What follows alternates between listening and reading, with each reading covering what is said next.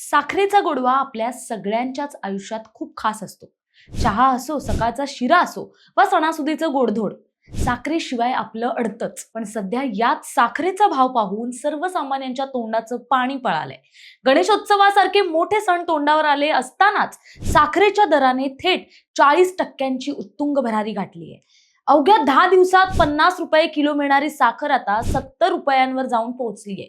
पण प्रश्न असा पडतो की अचानक बाजारात असं काय घडलं? चला साखरेच्या या दरवाढी मागचं संपूर्ण गणित अगदी सोप्या भाषेत समजून घेऊया. नमस्कार, मी प्राची शिरकर. आपण पाहत आहात प्रहार न्यूज लाईव्ह. पहिलं कारण म्हणजे उत्पादनात झालेली मोठी घट. भारत हा जगातील साखर उत्पादनात अग्रगण्य देश मानला जातो. आपल्याकडे दरवर्षी सरासरी 320 लाख मेट्रिक टन साखरेचे उत्पादन होतं. सुरुवातीला ऑल इंडिया शुगर ट्रेड असोसिएशनने यंदा 296 लाख मेट्रिक टन उत्पादनाचा अंदाज लावला होता. पण प्रत्यक्षात हे उत्पादन अवघे 283 लाख मेट्रिक टन झाले. म्हणजेच तब्बल 30 ते 37 लाख मेट्रिक टनाची मोठी घट नोंदवली गेली. दुसरं कारण म्हणजे निसर्गाचा फटका आणि रोगराई. साखर उत्पादनात आघाडीवर असलेल्या उत्तर प्रदेश आणि महाराष्ट्रात ऊस पिकांचं मोठं नुकसान झालं. रेड रॉट म्हणजेच तांबोरा आणि टॉप बोरर म्हणजे शेंडा कीड या रोगांचा प्रादुर्भाव झाला. त्यातच काही भागात अतिवृष्टी झाली आणि शेतात पाणी साचल्यानं ऊस कुजला. त्यामुळे पिकांची उत्पादकता कमालीची घटली. एकट्या महाराष्ट्रात 108 लाख मेट्रिक टन साखरेची अपेक्षा असताना प्रत्यक्षात केवळ 99 लाख मेट्रिक टनच उत्पादन होऊ शकलं. तिसरं कारण म्हणजे इथेनॉल निर्मितीसाठी ऊसाचा वापर.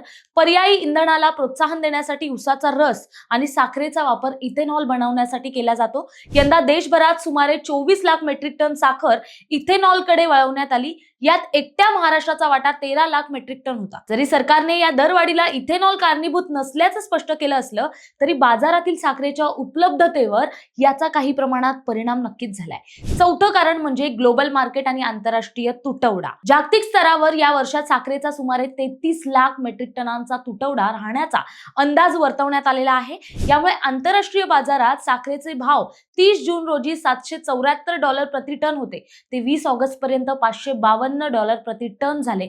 म्हणजेच 2 महिन्यांपेक्षा कमी कालावधीत जागतिक बाजारात साखरेचे दर 16% वाढले. आणि पाचवं मुख्य कारण म्हणजे सणासुदीची प्रचंड मागणी. महाराष्ट्रात गणेशोत्सवापासून सणांच्या प्रवाहाला सुरुवात होते. या काळात घरोघरी आणि मिठाईच्या दुकानांमध्ये साखरेची मागणी दुप्पट तिप्पट होते. मागणी जास्त आणि पुरवठा कमी या समीकरणामुळे किरकोळ बाजारात दराचा भडका उडाला आहे. या सर्व प्रकाराचा थेट फटका आता सर्वसामान्यांच्या घरगुती बजेटला बसण्याची शक्यता आहे. घाऊक बाजारातच साखर 67 रुपये किलो झाल्यामुळे किरकोळ बाजारात ती 70 रुपयांच्या पार विकली जात आहे. दुसरीकडे मिठाई व्यापाऱ्यांचा उत्पादन खर्च 25% वाढलाय. दी दामोदर आणि प्रशांत कॉर्नर सारख्या मोठ्या मिठाई विक्रेत्यांनी चिंता व्यक्त केली असून परिस्थिती अशीच राहिल्यास सणासुदीत पेढे आणि मोदक महाग होणं अटळ आहे. यावर उपाय म्हणून केंद्र सरकारनं 10 लाख मेट्रिक टन कच्ची साखर आयात करण्याचा मोठा निर्णय घेतलाय. तसंच साठेबाजी रोखण्यासाठी साखर कारखाने आणि व्यापाऱ्यांच्या गोदामांचे प्रत्यक्ष सर्वेक्षण सुरू केलं जाणार आहे.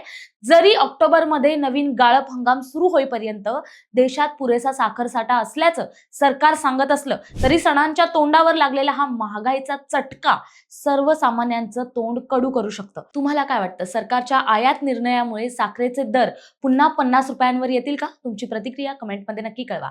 धन्यवाद.